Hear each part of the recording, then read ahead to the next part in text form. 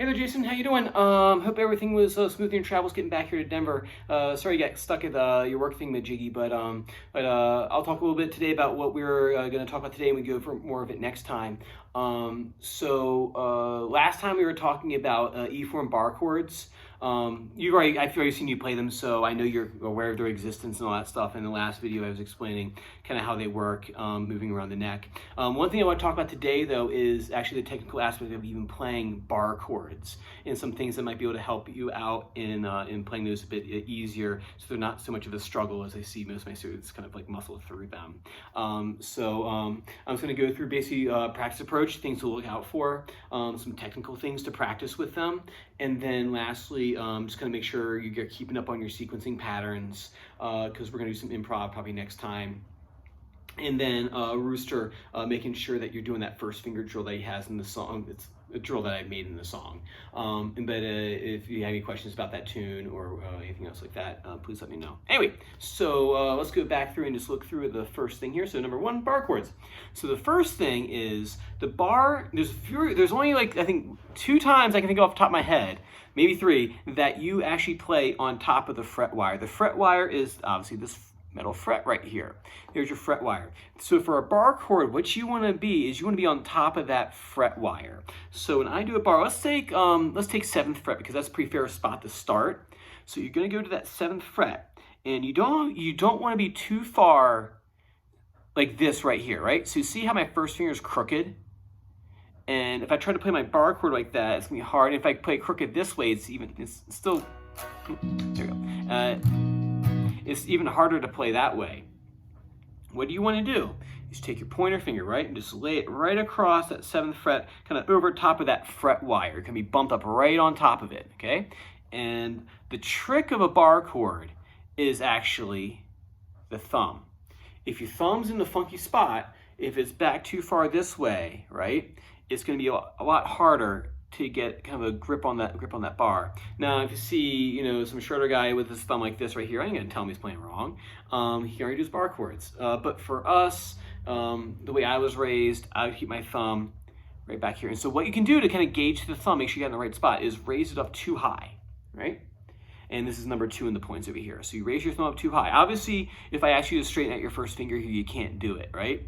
And if I lower it, you notice how as I lower the thumb, the first finger will start straightening out. And when you can get it first and kind of like locked pretty straight, right, this, right? You don't want to have it crooked like this. When you get it pretty straight, right here, that's when you know you got your thumb placement in a good spot. So if I zoom back behind and I lower the thumb, let's see if you can see on the camera. There it actually looks pretty good. And bring your thumb down, and my first finger kind of locks straight up and down like this, right? And if my thumb is too low, I start kind of scooping out this way, kind of start doing an uppercut motion. And if I'm too high, I start kind of having more concave wrist back here. So just right about there. And your wrist will have like a slight angle to it. Now, if you're playing classical style, that angle will be much less. But in this here, you have a slight angle to the wrist. All right, so your thumb is in a good spot right back here. Other thing in regards to thumb placement, if I kind of poke my thumb over the top, it's going to be kind of right behind where a second finger is. So if you do kind of bunny ears, that's where the thumb placement is going to be for a bar chord, for this at least. So we got our first finger straight right on top of the fret wire. We got our thumb kind of hovering back behind where the second finger goes. We don't want to have a crooked first finger, right? You'll be completely straight up and down, right? And then the next thing is that straight wrist. Okay, good. And the other thing that you want to think about this is everyone comes in and thinks it's a squeeze. And there is a little bit of truth that like there is a little bit of a pressure that you're pushing back. But if I do my bar, need better wires, better cables, right? Give me a lever big enough, right? And I can do that bar. I'm using a little bit of my elbow back here to get a little torque, right? Hey, look, no thumb. Right? But if I have this back here, what I'm thinking about when doing this is a relaxed elbow and using gravity rather than squeezing or pinching the neck so much.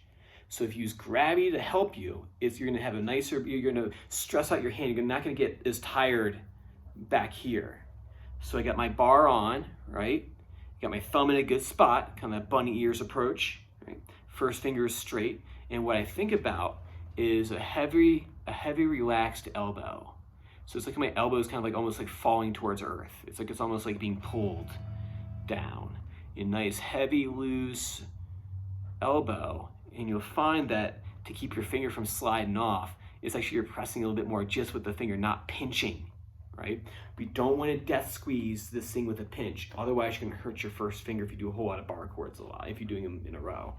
So I have my nice heavy elbow, and I'm trying to fight that gravity being pulled down. And I do have a little bit of pressure with the thumb, but it's not very much. I wish I could climb inside your head and kind of demonstrate how much you should feel, but you won't feel very much pressure with pushing down. Now, if you're on a steel string, maybe a little bit more, but not that much. You shouldn't feel like you're gripping this thing. So I got my thumb in a good spot. I got a nice heavy elbow, my first finger straight, and then you just strum through. Now, when people are working on bars, just on bars by themselves, this is what you should want to hear. That's okay. I am expecting that sound. When you're doing this, it's like you want to have the pressure even across the whole finger. And the way I get this is, the way I've practiced it, was through my technical practice right down here, 1 and 2.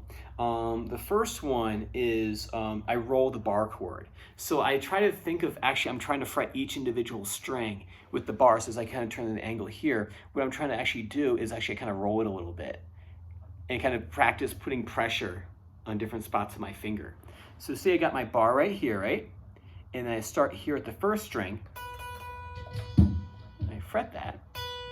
And then I roll the bar a bit more. I roll a bit more. See how the first string is starting to kind of get more thuddy? That's okay, that's what we're looking for, is I'm trying to roll and I'm trying to fret each individual string. Right there, that's usually where people have trouble right there. It's almost like you want to kind of flatten out or hyperextend the from right here. So as you roll, and remember, this is a technical exercise. It's not like anything you do in a song. It's just to kind of build your technique up. So it's not like you should do this in a tune, but you should be able to roll this back and forth. So you have it here. Roll that finger, and you notice, I'm doing an uppercut right here. That's fine in this situation because we're not playing this song or doing a straight just bar chord. We're doing a technical exercise. Just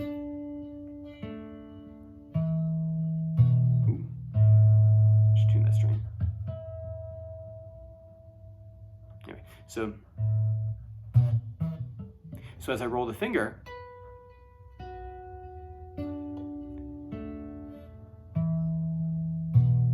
right, you can roll it backwards. Ooh. I need to work on my bars. And that'll get used to kind of pressing and feeling where each string is on your bar. All right. Next thing that you can do is a great exercise. This is one that I went to an institute once, and I was playing for the teacher, and I was playing a piece that's probably way too difficult for me. And I get to the end, and he's like, "How are your bar chords doing?" I told him, like, well, I'm having trouble with them. They're hard to form and they're hard to move around. And he's like, well, yeah, because your bar is really weak. So this is what I see. This is what I was doing when I was in that stage of the game, and I see it a lot with students too, is this. See that right there? Second finger is coming to help out first finger.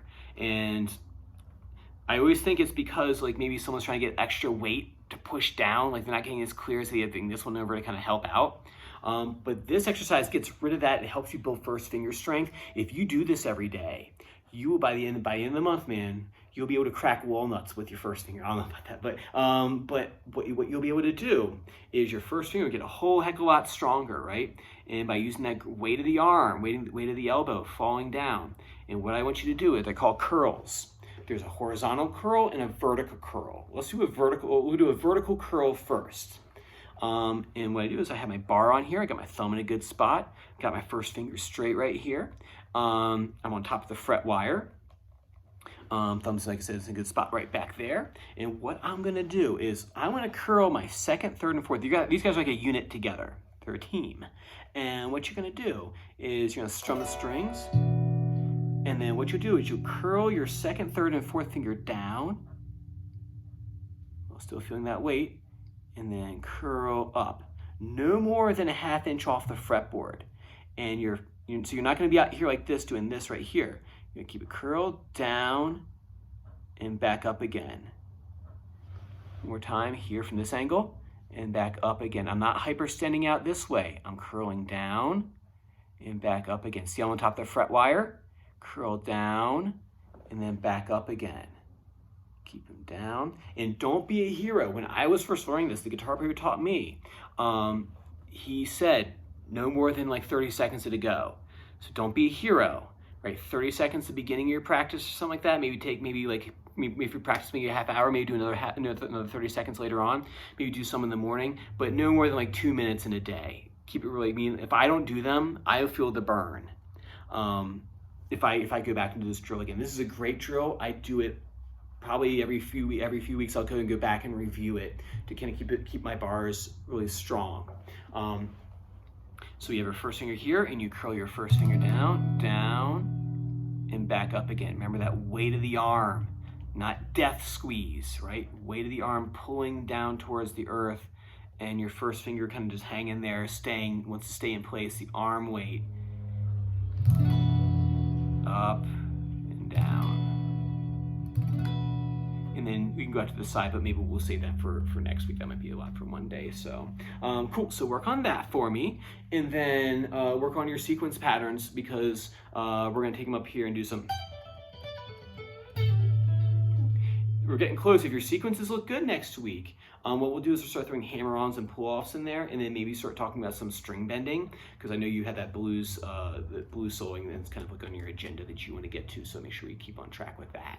And then with Rooster, I want you to practice that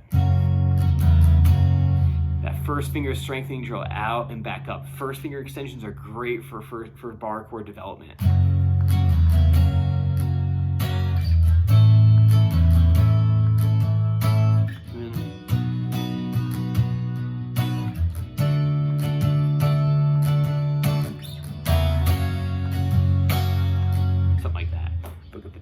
But anyway, I'm going to check that for next time, okay? Don't feel like you have to get through all the parts of Rooster. Just do as much as you can, and then we'll work at it together when you get in here.